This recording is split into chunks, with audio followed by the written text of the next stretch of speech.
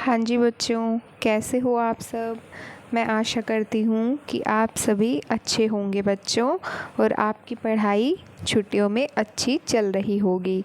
बच्चों, इस वीडियो में हम हाजिर हैं आपके सामने क्लास 4th EVS का DAV पब्लिक स्कूल का चैप्टर नंबर 2 लेकर, जिसका नाम है सेंसिटिविटी टुवार्ड्स अदर। इसका पार्ट 1 हमने पिछली वीडियो में कवर किया।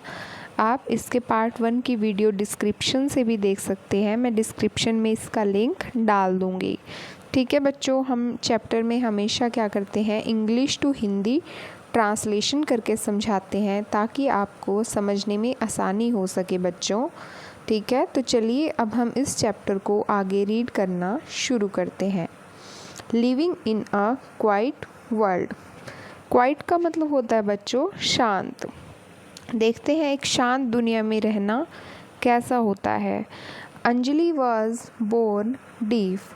अंजलि डीफ पैदा हुई थी। डीफ क्या होता है बच्चों, जो कुछ सुन नहीं सकते, ऐसे बच्चे जिनको कुछ सुनाई नहीं देता। She can not here the noise. वह शोर नहीं सुन सकती। द साउंड्स और पीपल टॉकिंग। ना ही वह कोई भी आवाज़ सुन सकती है और ना ही वह हम लोगों की तरह लोगों को बातचीत करते हुए सुन सकती है। She does not know what it is like to hear, but she knows what it is like to be deaf. उसको नहीं पता है बच्चों कि सुनना कैसा होता है, लेकिन उसको मालूम है कि ना सुनना कैसा होता है, डीफ होना कैसा होता है। It is quite everywhere. हर जगह उसके लिए शांत है, चुपचाप है। When she uses her hearing aid, the vibrations of the loud sound disturb her. जब वह अपने सुनने की मशीन अपने कानों में लगाती है तो उसको शोर आता है और जोर की आवाज़ों की वाइब्रेशंस उसको परेशान करती है। वाइब्रेशंस मीन कंपन। ठीक है। She quickly turns of her hearing aid. और वह फटाफट से अपनी हियरिंग एड को, सुनने की मशीन को टर्न ऑफ कर देती है, बंद कर देती है।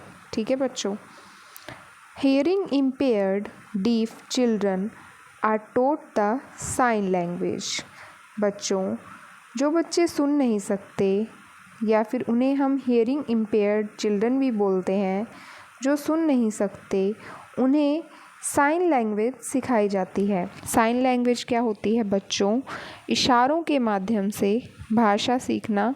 जैसे यहाँ पर कुछ अल्फ़ाबेट्स दिए गए हैं ABC, ये हाथों से जेस्चर्स बनाकर इनका मीनिंग यहाँ पर शो किया गया है। जैसे A का मतलब होगा, अगर हम हाथ को ऐसे बनाएंगे, मुट्ठी बंद करेंगे तो उसका मतलब A हो जाएगा।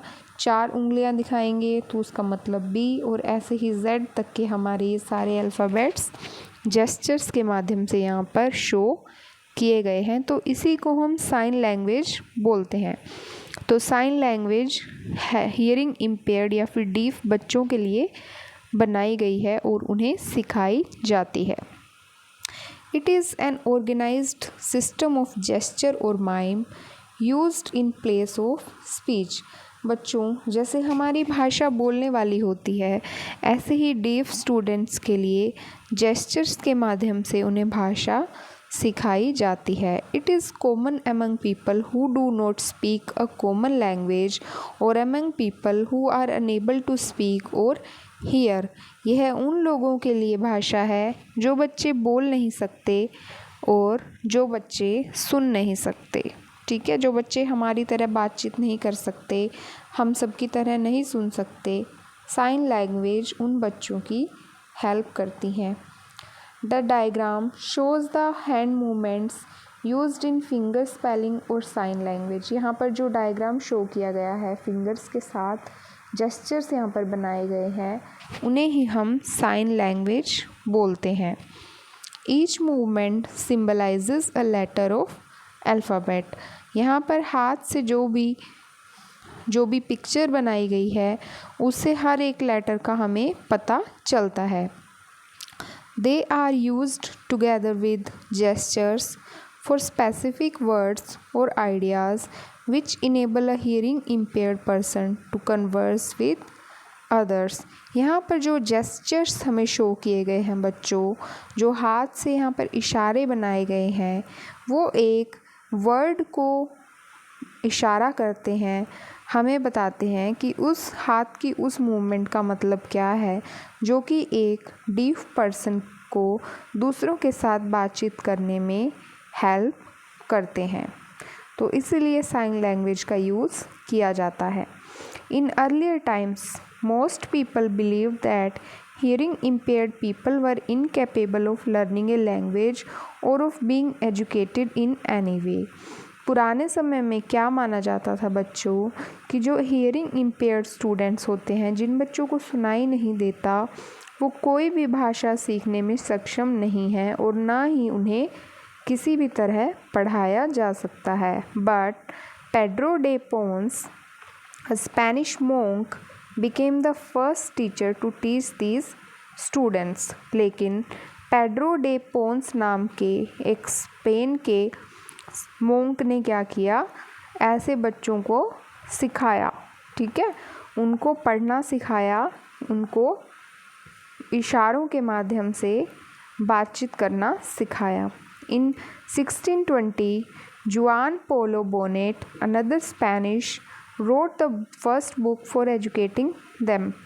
और 1620 में जुआन पोलो बोनेट नाम के एक और स्पेनिश व्यक्ति ने क्या किया, ऐसे बच्चों को पढ़ाने के लिए एक बुक लिखी।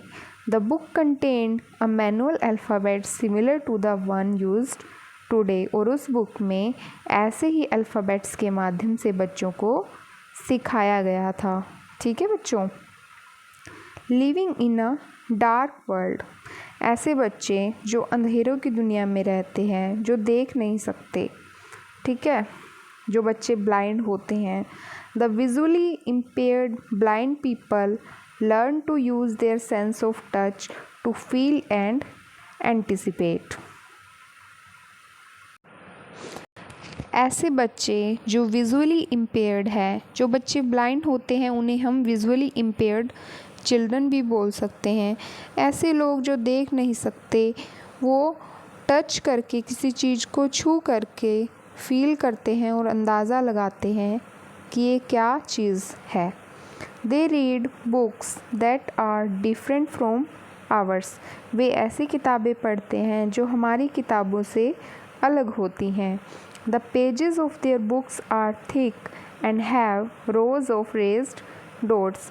बच्चों, उनकी किताबों के पेज थोड़े से मोटे होते हैं, थिक होते हैं और उनके ऊपर उभरे हुए डॉट्स बने होते हैं, उभरे हुए बिंदु से उनके ऊपर लिखा होता है। These books are written in Braille, और ऐसी बुक्स ब्रेल लैंग्वेज में लिखी जाती है। ब्रेल एक तरह की लैंग्वेज होती है जो ब्लाइंड पीपल के लिए बच्चों लिखी जाती है। They touch these dots and recognize the written word। वो उन डॉट्स को टच करते हैं और पहचानते हैं कि कौन सा शब्द लिखा हुआ है। रिकॉग्नाइज का मीनिंग होता है बच्चों पहचानना। Thus they read by running their fingers on them। और वो अपनी फिंगर्स को उन वर्ड्स पर हाथ फेर कर देखते हैं कि क्या लिखा हुआ है। तो ऐसे विजुअली इम्पेयर्ड पीपल के लिए ऐसी बुक्स बनाई जाती हैं ब्रेल लैंग्वेज में। डू यू नो, क्या आप जानते हैं, Braille was invented by Louis Braille. Braille भाषा का आविष्कार किसने किया था? लुइस ब्रेल के नाम के एक साइंटिस्ट ने किया था। देखिए यहाँ पर इनके चित्र दिखाया गया है। In an accident he lost his eyesight. एक एक्सीडेंट में उनकी आँखों की रोशनी चली गई थी। He had great interest in reading which persuaded him to find the ways of reading and writing. उनका पढ़ने में बहुत ही ज़्यादा इंटरेस्ट था बच्चों, उन्हें पढ़ना बहुत पसंद था। तो उस पढ़ने के शौक़ ने उनको तरीके ढूंढने के लिए मनाया ताकि वे पढ़ाई कर सकें और अच्छा लिख सकें। Finally he introduced a way to read and write. और इसी तरह आखिरकार उन्होंने पढ़ने का और लिखने का एक तरीका ढूंढ ही लिया। By touching the raised dots on paper, this script was named Braille in his honour. और उन्होंने पढ़ने का एक तरीका ढूंढ लिया, जो कि क्या था बच्चों, ऐसी किताब उन्होंने बनाई, उस किताब में पेजेस पर डॉट्स बने हुए थे और उन डॉट्स को पढ़कर अंदाज़ा लगाया जा सकता था कि क्या लिखा हुआ है, और इसी स्क्रिप्ट का नाम ब्रेल रखा गया। ठीक है, उन्हें सम्मान देने के लिए उनके नाम से ही हमने इस लैंग्वेज को बना दिया। The hearing impaired or the visually impaired children deserve our understanding and not pity। बच्चों, जैसे बच्चे देख नहीं सकते ना ही सुन सकते, वो बच्चे भी हमारी अंडरस्टैंडिंग के लायक हैं। हमें उन्हें समझना चाहिए, उन पर दया भाव नहीं दिखाना चाहिए। हमें समझना चाहिए कि वो भी कुछ कर सकते हैं। They do not have the ability to hear with their ears or see with their eyes, but they can be guided to move around on their own like other people। उनके पास इतनी क्षमता नहीं होती कि वो कानों से सुन सके और आँखों से देख सके, लेकिन हम उनका दूसरों बच्चों की तरह मार्गदर्शन कर सकते हैं ताकि वे भी जीवन में आगे बढ़ सकें। They can study and work hard at different occupations professions. वो भी बहुत हार्ड वर्क कर सकते हैं, मेहनत कर सकते हैं और पढ़ाई कर सकते हैं, और ताकि उनको भी अच्छी जॉब्स मिल सकें। They can prove to be useful members of society if they are given proper facilities, opportunity and guidance. अगर ऐसे बच्चों को, ऐसे लोगों को हम फैसिलिटीज़ दें, सुविधा दें, अवसर और अच्छा मार्गदर्शन दें, तो ऐसे लोग भी सोसाइटी में बहुत काम आ सकते हैं और कुछ अच्छा करके दिखा सकते हैं।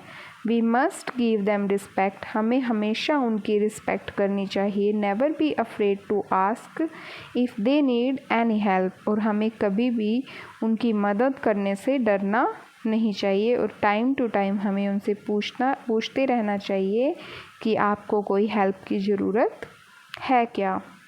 How to help, how to develop sensitivity towards others. दूसरों के प्रति संवेदनशील कैसे बने। Respect the elders. बड़ों की हमेशा इज्जत करनी चाहिए, उनसे रिस्पेक्ट से बात करनी चाहिए।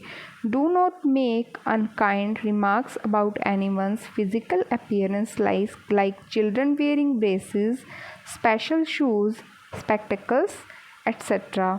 हमें ऐसे बच्चों के बारे में कभी भी उनकी फ़िज़िकल अपीयरेंस को देखते हुए मजाक नहीं उड़ाना चाहिए, जैसे कि किसी बच्चे के दांतों में ब्रेसेस लगी हुई हैं, या किसी ने स्पेशल शूज़ पहने हुए हैं जिसकी लेग्स में कोई दिक्कत है, या फिर किसी ने चश्मे पहने हुए हैं। हमें उनका मजाक नहीं उड़ाना चाहिए, ना ही उनके बारे में कोई भी टिप्पणी करनी चाहिए। ठीक है बच्चों। Do not make negative remarks about anyone's religion, caste, language etcetera. हमें कभी भी किसी के धर्म, जाति या किसी की भाषा को लेकर कोई गलत कमेंट नहीं करना चाहिए। कभी भी हमें गलत नहीं बोलना चाहिए। Talk politely to younger children, older people and everyone, especially the servants. हमेशा बच्चों से, बड़ों से और सभी से प्यार से पोलाइटली बात करनी चाहिए, और सर्वेंट्स जो होते हैं, हमारे नौकर चाकर जो होते हैं, उनसे भी हमें हमेशा आराम से और पोलाइटली बात करनी चाहिए। Try to participate in different activities. Participation is more important than winning. और अलग अलग एक्टिविटीज़ में हमें भाग लेना चाहिए। और पार्टिसिपेशन से क्या होता है बच्चों, हमें अच्छा लगता है और इंटरेक्शन बढ़ती है। पार्टिसिपेशन जीतने से कहीं ज़्यादा इम्पोर्टेंट होती है। Have sympathy for the poor and those suffering from any disease. हमें गरीबों के प्रति सहानुभूति रखनी चाहिए। अगर किसी को कोई बीमारी है तो हमें उसके प्रति भी सहानुभूति रखनी चाहिए। Share the house hold chores, घरेलू कामों में एक दूसरे की मदद करनी चाहिए और काम आपस में बांट लेने चाहिए। Learn about meditation, it develops an ability to handle stress. Meditation क्या होता है बच्चों? ध्यान लगाना होता है, ठीक है। ओम की मुद्रा में आप बैठ सकते हैं, भगवान का ध्यान लगा सकते हैं, कुछ अच्छा सोच सकते हैं। उससे क्या होता है कि हमारी सारी टेंशन्स दूर हो जाती है और हमें स्ट्रेस से लड़ने में हेल्प मिलती है। ठीक है बच्चों, तो कैसा लगा आपको यह चैप्टर? भाई मुझे यह चैप्टर बहुत ही पसंद आया। इसमें हमने ब्रेल लैंग्वेज के बारे में सीखा, हमने जाना कि विजुअली इम्पेयर्ड चिल्ड्रन या फिर ठीक है जिन बच्चों को दिखाई नहीं देता, जिनको सुनाई नहीं देता, हियरिंग इम्पेयर्ड चिल्ड्रन, हमें उनके प्रति कैसे हेल्पफुल होना चाहिए, कैसे हमें अपनी सोसाइटी के लिए सेंसिटिव होना चाहिए, दूसरों की हेल्प करनी चाहिए। ठीक है बच्चों, अपने दोस्तों से हमें गुड हैबिट्स डेवलप करनी चाहिए। ठीक है, तो हमने देखा कैसे हम दूसरों के प्रति सेंसिटिविटी को डेवलप कर सकते हैं, कैसे दूसरों के प्रति संवेदनशील बन सकते हैं, बड़ों की रिस्पेक्ट करके, किसी के बारे में कोई टिप्पणी ना करके, किसी के बारे में गलत ना बोल के, बच्चों एक्टिविटीज़ में पार्टिसिपेट करके, गरीबों के प्रति सहानुभूति रख के, मेडिटेशन करके हैं हम एक अच्छा नागरिक बन सकते हैं। ओके, मिलते हैं हमारी अगली वीडियो में। वीडियो पसंद आई हो तो वीडियो को लाइक कर दीजिएगा और चैनल को सब्सक्राइब करना मत भूलिएगा। धन्यवाद।